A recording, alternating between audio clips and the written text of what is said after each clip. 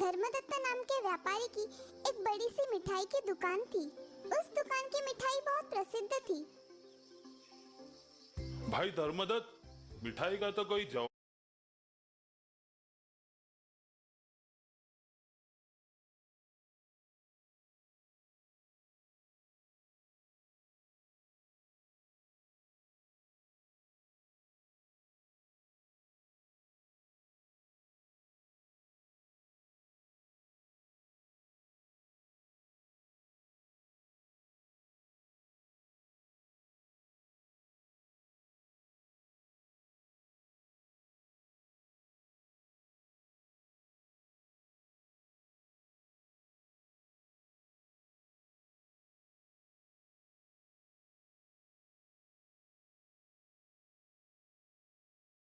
नहीं। पूरे पाटलिपुत्र में इस मिठाई जैसा स्वाद कहीं पर भी नहीं मिलता। शुक्रिया। नहीं, मुझे चाहिए मिठाई। पिताजी, मुझे मिठाई चाहिए। मिठाई खरीदने के लिए हमारे पास पैसे नहीं है बेटा। धर्मदत्त स्वभाव से बहुत दयालु था। वो हर किसी की मदद करता। पर मालिक, हमारे पास आपको देने के लिए कुछ नहीं है।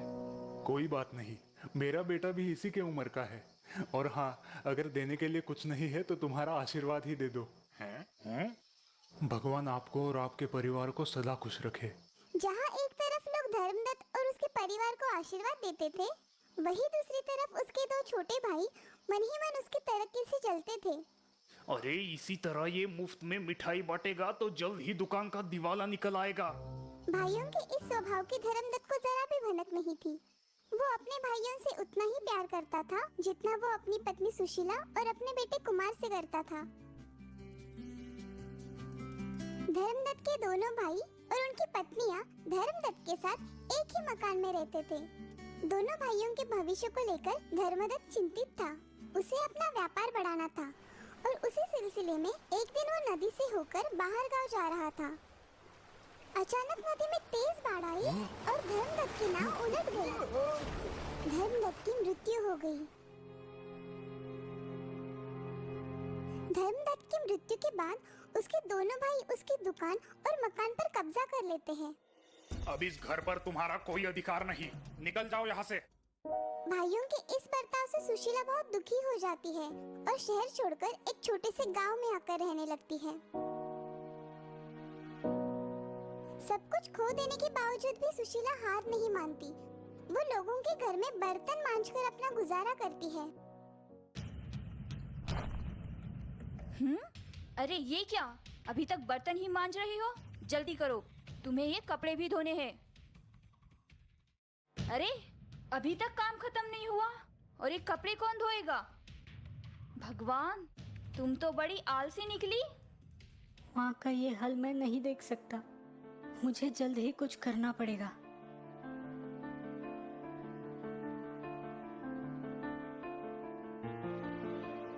क्या हुआ कुमार, इतने उदास क्यों हो? माँ, मुझसे ये तुम्हारी हालत देखी नहीं जाती। एक दिन मैं भी अपने पिताजी की तरह बड़ा व्यापारी बनूंगा। फिर तुम्हें ये काम करने की कोई जरूरत नहीं पड़ेगी। जरूर बनोगे बेटा, पर व्यापार के लिए थोड़ा धन भी आवश्यक है। वो कहाँ से लाओगे? सुना है कि इस नगरी में विशाल दत्त नाम का एक व्यापारी है जो होशियार और होनहार लड़कों को पैसे उधार देता है। तुम बिल्कुल तुम्हारे पिताजी की तरह हो। जाओ बेटा, तुम कामयाब होगे। मदद मांगने के लिए कुमार विशाल दत्त के यहाँ जा पहुँचता है। अरे भाई, मैं तुम्हें पैसे कैसे दूं भला? कोई जान ना पहचान और तू मेरा मेहमान। इनकार मत कीजिए महोदय, मैं बड़ी अपेक्षा से आपके पास आया हूँ। मैं धर्मदत्त का बेटा हूँ। मेरे पिताजी बहुत बड़े व्यापारी थे। क्या सच में तुम धर्मदत्त के बेटे हो? अरे धर्मदत्त तो काफी होनहार और काबिल व्यापारी था, लेकिन मुझे तुम में ऐसी कोई बात नजर नहीं आती। मुझे एक मौका दीजिए, मैं आपको निराश नहीं करूँगा। कुमार की बातों से विशाल दत्त प्रभावित होता है। वो कुमार के हुनर को आजमाने की सोचता है। तभी उसकी नजर एक मरे हुए चूहे पर पड़ती है। एक होनहार और कुशल व्यापारी इस मरे हुए चूहे को लेकर भी बहुत कुछ कर सकता है। क्या तुम में ये काबिलियत है? कुमार मन ही मन निश्चय करता है।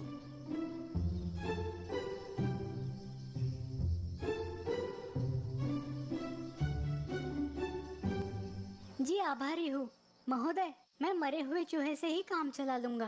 कुमार मरा हुआ चूहा लेकर वहाँ से निकल पड़ता है। अरे रास्ते में एक मूंगफली बेचने वाले दुकानदार की बिल्ली बहुत उछल कूद कर रही थी। अरे कोई इस बिल्ली का मुंह बंद करेगा? परेशान कर दिया है इस बिल्ली ने। तभी कुमार वो मरा हुआ चूहा लेकर उस दुकानदार के पास जाता है। महोदय, मुझे लगता है कि आपकी बिल्ली को भूख लगी है। मेरे पास ये मरा हुआ चूहा है जो मैं इसे खाने के लिए दे सकता हूँ। जल्दी दे दो भाई। लेकिन उसके बदले 4 मुट्ठी मूंगफली आपको मुझे देनी होगी। ठीक है, पहले उस बिल्ली को चुप कराओ यार। कुमार वो मरा हुआ चूहा बिल्ली के सामने रखता है। बिल्ली चूहे पर झपट पड़ती है। दुकानदार खुश होकर कुमार को 4 मुट्ठी मूंगफली दे देता है। मूंगफली लेकर कुमार निकल पड़ता है। रास्ते में उसे कुछ लकड़हारे नजर आते हैं जो काफी भूखे हैं। कुमार लकड़हारों को मूंगफलियां देता है। लकड़हारे खुश होकर मूंगफलियां खाते हैं। शुक्रिया बेटा, पर हमारे पास तुम्हें देने के लिए कुछ नहीं है। मैं लकड़ियों से ही काम चला लूंगा। लकड़हारे कुमार को लकड़ियां देते हैं। वो लकड़ियां कुमार बाजार में जाकर बेचता है और मिले हुए पैसों से वो और मूंगफलियां खरीदता है। वो मूंगफलियां जाकर लकड़हारों को देता है। लकड़हारे उसे दोबारा लकड़ियां देते हैं। ऐसा कई दिनों तक चलता है। आखिर कुमार उस शहर का बड़ा लकड़ियों का व्यापारी बन जाता है। कुमार की ये तरक्की देख माँ बहुत खुश हो जाती है। अपनी मेहनत और होशियारी से कुमार बहुत सारा पैसा कमा लेता है। इसे कहते हैं बाप से बेटा सवाई। इसने तो धर्मदत्त का नाम और भी रोशन कर दिया। सही कहा भाई। बेटा हो तो कुमार जैसा। प्रणाम महोदय, प्रणाम। लेकिन माफ कीजिए, मैंने आपको पहचाना नहीं। मैं कुमार, धर्मदत्त का बेटा, जिसे आपने एक मरा हुआ चूहा दिया था। ओह, उसका ऋण मैं चुकाने आया हूँ। कुमार एक छोटा सा बक्सा विशाल दत्त के सामने रख देता है जिसमें एक सोने का चूहा है। तुम वाकई में बहुत होशियार और होनहार निकले कुमार बेटा। इस सोने के चूहे पर सिर्फ और सिर्फ तुम्हारा अधिकार है।